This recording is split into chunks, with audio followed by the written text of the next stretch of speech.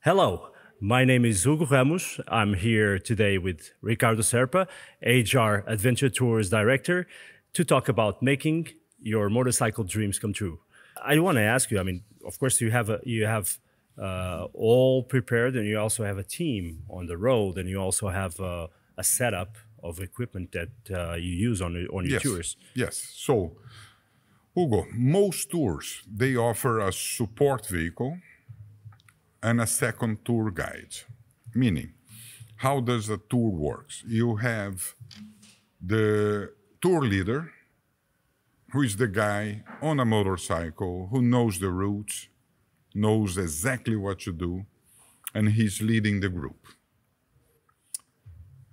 At the end of the group, you have a tour assistant driving a support vehicle that usually, I will explain to you later why it's usually, not always. Usually the support vehicle has a spare bike. Okay. Something happens, Yeah, it can least something we have happen it. on the Yeah. road, minor things, but it can happen. Yes. the support vehicle has a first aid medical kit, and so does the tour guide on his bike, right? For the unexpected. We are ready. And how does it work?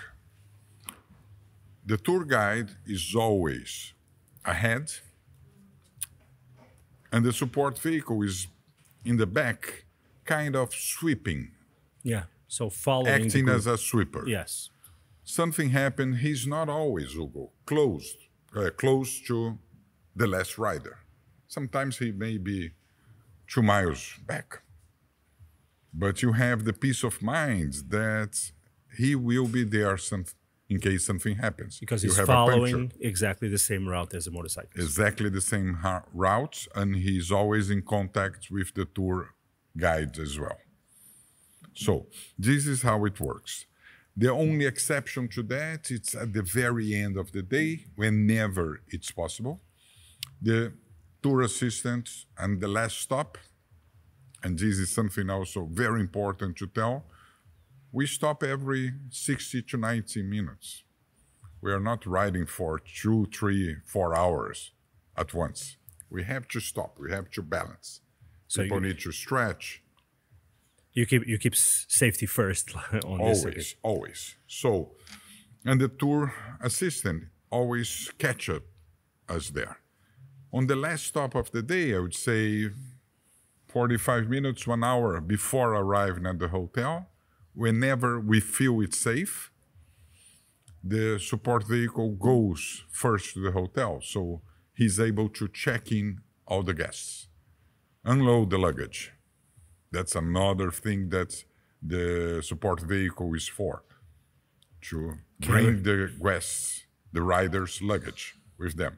That's good. So they don't have to carry it on a bike on longer tours or They more days. decide what they What they want want to to do, bring. of Yeah. course. And then once you arrive there, everything is set up. Welcome to Moab. Your room is 102, and your luggage is up there. I will see you at 8 o'clock for cocktails and dinner. That's what we want to offer you. Not always possible. Sometimes it's safer for the support vehicle to be behind you all the time. But this is something that we judge case by case. Yes, right? you adapt and do Yes. what's best for the group in first place. That sounds amazing. What does the tour includes also? I mean, apart from all this, well, people have. How can people be safe or be protected on a tour like this? What about insurance? Is included on the tour? Yes, we include travel medical insurance for each rider for the duration of the tour. This is something really important because you want to be able to be ready in case the unexpected happens, right? We also include transfers. You arrive in a place in the airport. If you arrive on the day the tour starts and you leave the day the tour ends, we will arrange the transfer Very good. from the airport to the hotel and back. We will be there for you. All right. You said there were two guys operating the tour, the tour leader and the tour assistant. Do they speak just English or any other language?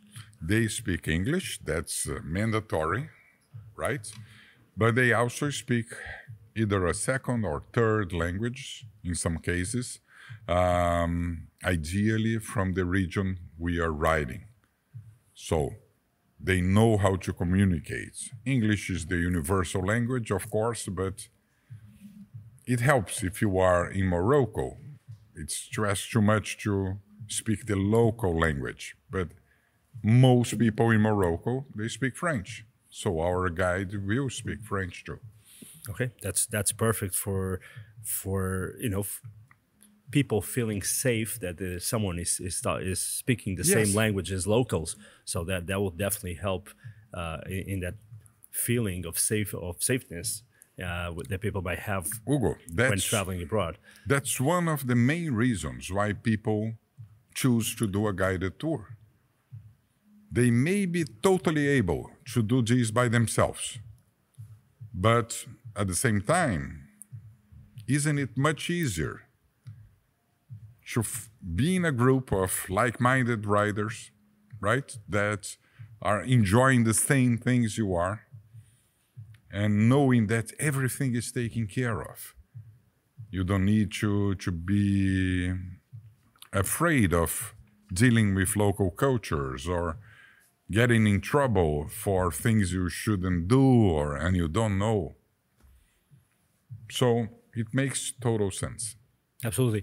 You also mentioned that there was some differences between some of the tours. Yes. So you have, and some of them might have a backup van, some might not have. So would you want to explain us a little bit about that? Yeah, of course. Well, first, the concept of the spare bike. Let's say we are riding, I will give you a good example, in Portugal. Portugal is a small country, very diversified, amazing country, one of my favorite itineraries in Europe. But in Portugal, we have locations in the north, Porto, then Lisbon, and down south in Faro, in the Algarve. We have Hertz ride locations. We don't need to bring a spare bike with us. We can be more agile. Something happens, we are a few hours away from support.